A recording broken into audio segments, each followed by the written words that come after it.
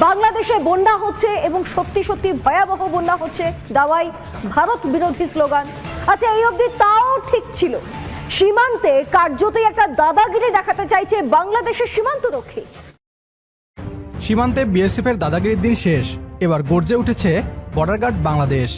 এতদিন সীমান্তে আমরা দেখে এসেছি ভারতীয় বিএসএফ জওয়ানদের দাদাগিরি। বর্ডার গার্ড বাংলাদেশ বিজিবি যেন নিষ্ক্রিয় হয়েছিল। বিএসএফ বাংলাদেশের ভিতর ঢুকে গুন্ডামি করত ইচ্ছে মতো। রইসুদ্দিনের মতো বিজিবির জওয়ানদের প্রাণ নিতেও বিএসএফ এর হাত কাঁপত না। বিএসএফ ভালো করেই জানতো বাংলাদেশে তাদের দাসত্বের সরকার বসানো আছে। বাংলাদেশ তাদের বাপদাদার রেখে যাওয়া সম্পত্তির মতো। তবে এক মাসের ব্যবধানে সবকিছু পাল্টে গিয়েছে। ছাত্র জনতার আন্দোলনের মুখে ভারতের পুতুল সরকারের পতনের মধ্য দিয়ে পাল্টে গিয়েছে বাংলাদেশ। নতুন দেশের বিজিবিও সীমান্তে নিজেদের নতুন রূপ দেখাচ্ছে। এতদিন তাদের হাত পা বাঁধা ছিল, হাত খুলে দিতেই সীমান্ত পরিস্থিতি যেন পাল্টে গিয়েছে। এক মাস আগেও যে বিএসএফ বাংলাদেশের অভ্যন্তরে ঢুকে গুন্ডামি করত, আজ সেই বিএসএফ বাংলাদেশ সীমান্তে ডিউটি করতেও ভয় পাচ্ছে। সীমান্তে এতদিন বিএসএফ এর একচ্ছত্র আধিপত্য ছিল, আজ বিজিবির গর্জনের মুখে ভেজা বিড়ালে পরিণত হয়েছে বিএসএফ। সীমান্তে এক বিন্দুও ছাড় দিচ্ছে না বর্ডার গার্ড বাংলাদেশ। বাংলাদেশকে বন্যায় ডুবিয়েছে ভারত, এর জবাব বিজিবি ভারতকে দিয়েছে সীমান্তে বিএসএফকে ধোলাই করে।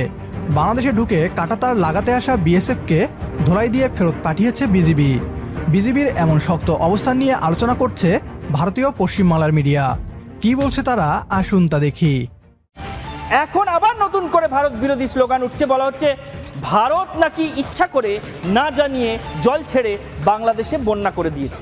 এই দায়টাও ভারতের, এবং তার মধ্যে এই ভারত বিরোধী জিগিরটা শুধুমাত্র বাংলাদেশের সীমানার মধ্যে সীমাবদ্ধ রাখা হচ্ছে না, ভারত বাংলাদেশ সীমান্তকেও উত্তপ্ত করে তোলা হচ্ছে।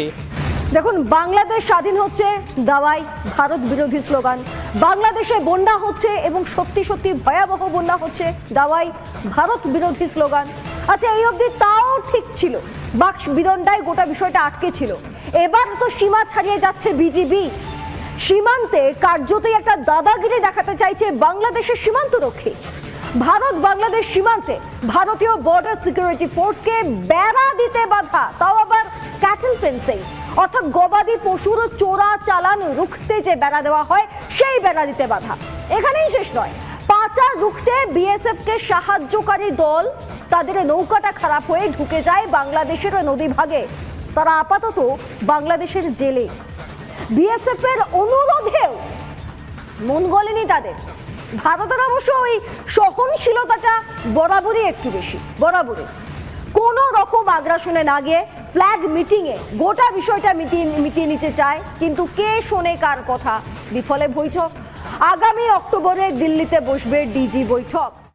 বিজিবির এমন শক্ত অবস্থানে বিএসএফ জওয়ানদের হাতে নিহত হাজার হাজার বাংলাদেশের আত্মা আজ শান্তি পাবে। ভারতের দাসত্বের সরকার যদি এতদিন ক্ষমতায় না থাকতো, আজ হয়তো এত মানুষকে সীমান্তে প্রাণ হারাতে হতো না। ছাত্র জনতার আন্দোলনের পর বাংলাদেশের অন্যতম বড় অর্জনের একটি বিজিবির পুনরূপে ফিরে আসা।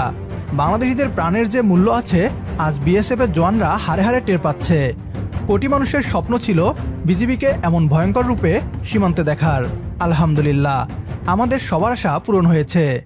এতদিন বাংলাদেশ সীমান্তে দাদাগিরি দেখিয়ে এসেছে ভারতের গুন্ডা বাহিনী, এবার বদলা নেয়ার পালা।